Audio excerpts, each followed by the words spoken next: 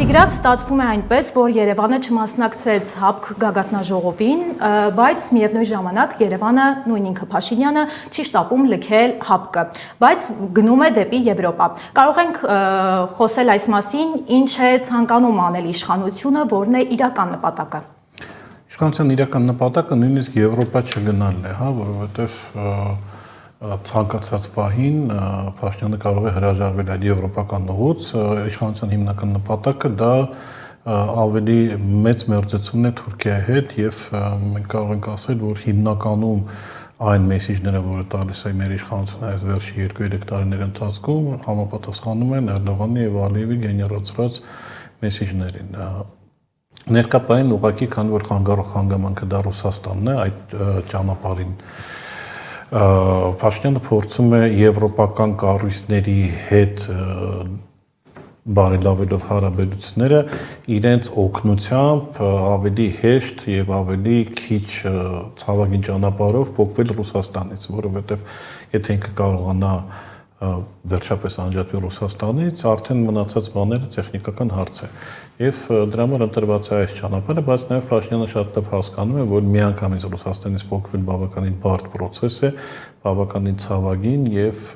ինքը փորձում է անել այնպես, որ շատ քիչ կորուստներով դրանից դուրս գա, որովհետեւ ամեն դեպքում Հայաստանի կախվածությունը Ռուսաստանից մինչև հիմա մնում է բավականին բարձր։ Դրա համար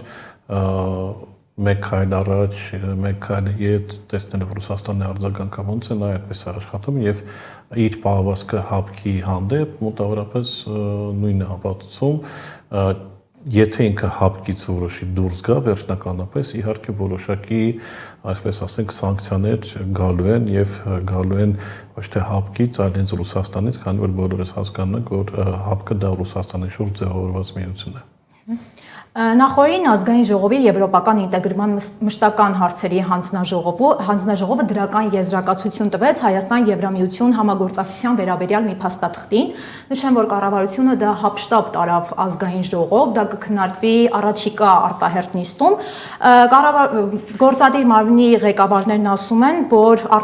արտահերթ նիստում ճգնաժամերի կառավարման կոմպոնենտ են նշում Եվրամիության աջակցությամբ, դրանք երկուսն են՝ ռազմական եւ հավաքական։ Արդյոք ԵՄ-ն ունի նման մանդատ։ ԵՄ ներկայապային չունի, բայց իհարկե կարող են տալ այդ մանդատը, որովհետև սա այդ նույն տրամաբանության մեջ է տեղավորում, որ ես արդեն ասեցի, ուղղակի ռազմական օգնությունը ԵՄ-ը եթե նույնիսկ տրամադրի Հայաստանին, դա լինելու է այն օգնությունը, որը մերժել է Հայաստանը։ Մենք բոլորս հիշում ենք ֆրանսիական բաստիոն մեքենաները, որոնք Ուկրաինան չի գնել եւ քանի որ չկորի, ոնց որ Ֆրանսիան բերեց նվիրեց մեզ։ Ներկայապային Եվրոպան կենտրոնացված է Ուկրաինայի վրա եւ Եվրոպայի ամբողջ ռազմական եւ ֆինանսական ներուժը գնում է Ուկրաինային մաքսիմալ Ռուսաստանի դեմ պատերազմելու այդ process-ը ձգելու վրա եւ ասել, որ ԵՄ-ը իր ճիգերը կգործադրի Հայաստանի համար, դա սուտ կլինի։ Ուղղակի որոշակի չափով փորձում են այս process-ը Հայաստանի Ռուսաստանից անջատվելու տաքացնեն, տակ պահեն, բայց ել եմ ասում, եթե Աստված չտա որևէ ինչ-որ բան սկսվի այստեղ տարածաշրջանում, չգիտեմ, Ադրբեջանի կողմից հերթական ռազմական էսկալացիա կամ Թուրքիայի կողմից Եվրոպական միությունից որևէ մեկը չի գալու եւ Հայաստանը չի պաշտպանելու, դրա մասին ասում են եւ Եվրամիության պատասխանատու անձինք եւ Մակրոնն է ասել տարբեր տեղեր, որ նույն Ֆրանսիան ինքը պաշտպանելու է Հայաստանը, բայց ռազմական ճանապարհով չի պաշտպանելու։ Ուղղակի իմիտացիա է ստեղծվում հիմա ներկայապային կոնկրետ ինչ է տեղի ունենում, որ Հայաստանը ասենց փորձում է միանալ Եվրոպական միությանը։ Դեռևս Փաշինյանը դրա մանդատը չի ստացել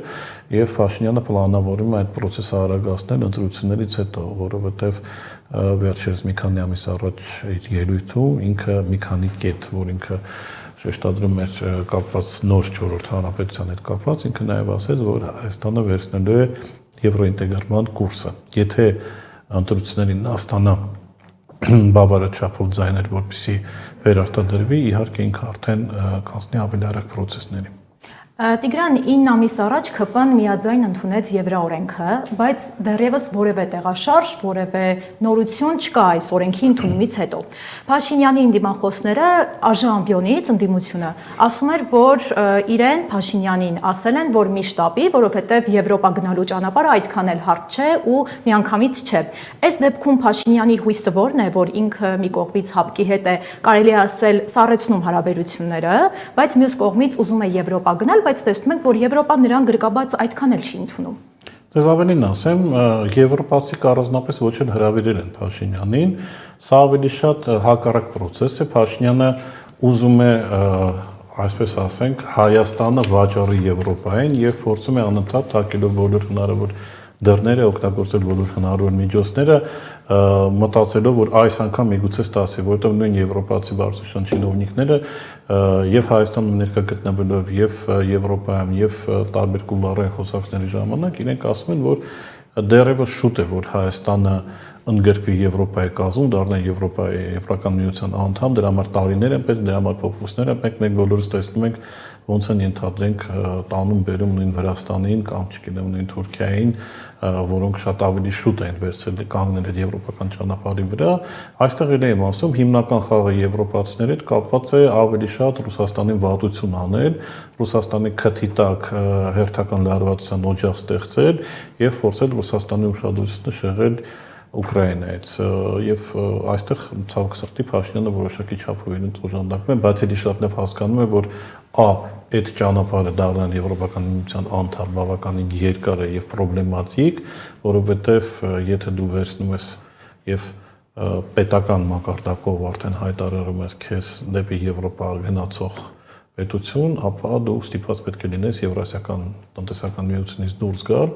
իսկ դա հղի է շատ ծանր հետևանքներով Հայաստանի տնտեսության համար, որովհետև ներկայային Հայաստանի տնտեսության, Հայաստանի առևտրաշրջանառության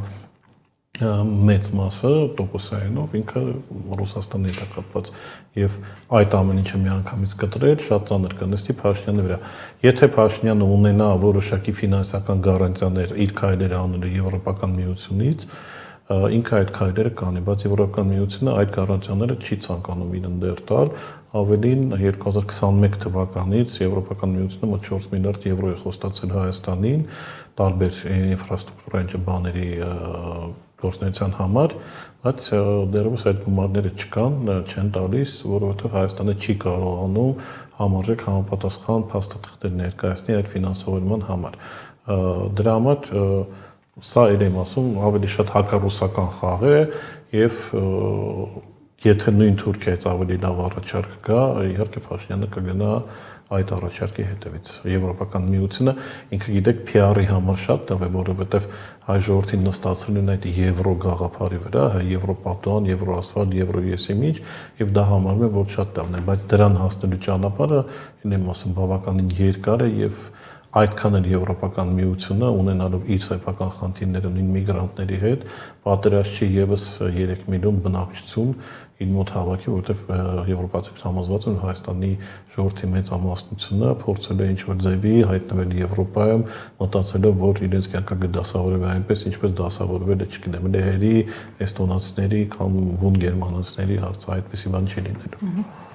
Տեսեք, շատ քաղտեխնոլոգներ այն կարծիքին են, որ դեպի Եվրոպա, դեպի Արևմուտք Փաշինյանը հայացք ուղղել է 2026 թվականի ընտրություններին նախընթաց, այսինքն Փաշինյանը ուզում է թեքել է իր հայացքը որոշակի ռևերանսներ ապահովելու համար, հաճոյանալու Եվրոպային, որպիսի գալիք ընտրություններում, օրինակ, եթե նման բան լինի, ընտրակեղծարարությունների եւ այլնի դեմ կարողանա, այսպես ասած, պայքարել Եվրոպայի աջակցությամբ,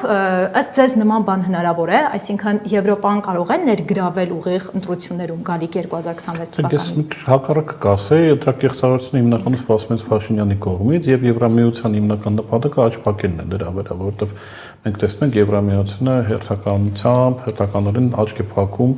մարդու իրավունքների խախտման, Եվրամիությունը չի տեսնում, որ Լիդիա Մանթաշյանը արդեն որերորդ անգամ երկարացում է իր կալանքը, ուրիշ ժամանակ Եվրամիությունը իր ֆեմինիստ կազմակերպությունների միջոցով ակուն կաղակ կբարձրացնել այս թեմը, բայց հիմա լռում է, ընտրական խախտումների վրա աչքը փակում է, բազմաթիվ անօրինական կալանավորների վրա աչքը փակում է, քաղաքբանտարկյալների գոյության վրա աչքը փակում է եւ Փաշինյանի հաճանելը հիմնականում կապված է նրա հետ, նաև որ ընտրություններից առաջ ժամանակ եւ հետո Եվրամիությունը բոլոր այդ ընտրակերտիկների վրա աչքը կփակի եւ նպատակներից մեկը դա է, իհարկե եվրոպիաներն ինքը կփորձի կանել, բայց մյուս կողմից Փաշինյանը տեսնում է, որ բուն այն կուսակցությունները, որոնք ժողովրդին համոզում են եւ խոստանում են եվրոապագա, իրենք բավականին ցածր տոկոսներ են հավաքում։ Նույն Արամ Սարգսյանը, որը համարվում է Եվրամիությանը միանալու լոկոմոտիվներից մեկը, եւ Գյումրիում եւ վաղ շաբաթում չի կարողանում նույնիսկ անցողիկ շեմը հաղթահարել եւ սա Փաշինյանի համար եւս խնդիր է։ Իհարկե նաև նախապատրաստված է բավականին մեծ գաղութանժողով մայիսին, եթե չեմ սխալվում, ընտրություններից մեկ ամիս առաջ եվրոպական երկրների քաղաքական գաղութանժողով է լինելու եւ այնտեղ Փաշինյանը իհարկե փորձել է վաճառել դա ազգաբնակչությանը որպես Եվրոպայի աջակցություն, ընդ որում այդ գաղութանժողովի ժամանակ կարող են այլ սյուրպրիզներ լինեն, գիտենք որ եւ Էրդողանին է հրավիրել եւ Ալիևին է հրավիրել եւ այստեղ կփորձեն եւս ինչ-որ մեկ շոու հրամցնել ընտրություններին Փաշինյանին աջակցություն ցուցաբերելու եւ Ադրբեջանի եւ Թուրքիայի կողմից, որովհետեւ Թուրքիայի հիմնական նպատակը կոնկրետ մոտակա կես տարվա կտրվածքով, կես տարվա 7 ամսվա դա Փաշինյանի վերարտադրությունն է, որպեսզի հետո ավելի շատ սահուն իր բաները անի։